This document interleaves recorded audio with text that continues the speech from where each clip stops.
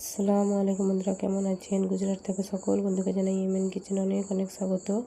আজ আমি আপনাদের ছানা ও মিষ্টি আলু দিয়ে ল্যাংচা বানিয়ে দেখাবো। তার জন্য এখানে দেখুন আমি ছানা নিয়ে নিয়েছি। আমি আগে থাকতেই দুধটা কাটিয়ে ছানা তৈরি করে রেখেছিলাম। সেই ছানাটা নিয়ে নিলাম, নিয়ে ভালো করে হাতের সাহায্যে দেখুন মুথে নিচ্ছি বা মেখে নিচ্ছি। এবং এটা আমি ভালো করে মেখে নিয়েছি।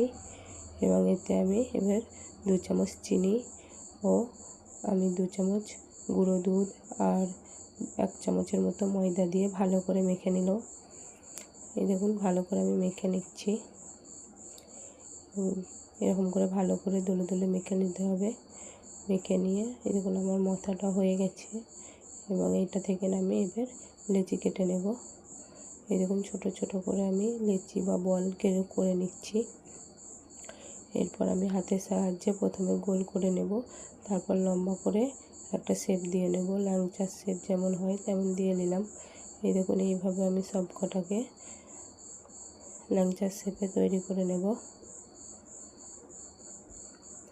এইভাবে দেখুন আমি সব কটা তৈরি করে নিলাম এবং এগুলো আমার তৈরি হয়ে গেছে। এরপর ওভেনে আমি একটা তাওয়া বসিয়ে নিয়েছি, তাতে তেল দিয়ে দিলাম এবং তেলটা গরম হয়ে গেছে।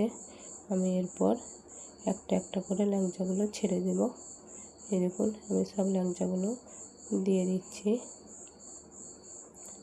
আপনারা একবার হলেও বাড়িতে ট্রাই করে দেখবেন যে আলু দিয়ে এত সুন্দর মিষ্টি তৈরি হয়, ভাবতেই পারবেন না। এই দেখুন একদিকটা হয়ে গেছে, আমি তাই উল্টে নেব। এবং এই দেখুন আমি একদিকটা উল্টে নিয়েছি এবং এটাকে এপিট ওপিট করে ভালো করে লাল লাল করে ভেজে নিতে হবে। এই দেখুন কালারটা আস্তে আস্তে কেমন চেঞ্জ হয়ে যাচ্ছে। এবং দেখুন এগুলো পুরো একদম হয়ে গেছে এবং কত সুন্দর কালারটাও এসছে, আপনারা দেখুন। এরপর আমি এগুলোকে তুলে নেব।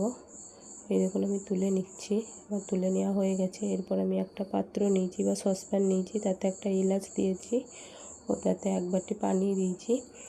আর তাতে পরিমাণ মতো বা 1 বাটি থেকে একটু কম চিনি দিয়েছি, দিয়ে একটা শিরা তৈরি করে নিয়েছিলাম। তাতে আমি সব ল্যাংচাগুলো দিয়ে দিলাম এবং এই দেখুন ল্যাংচাগুলো কত সুন্দর হয়েছে, কতটা ফুলেছে দেখুন।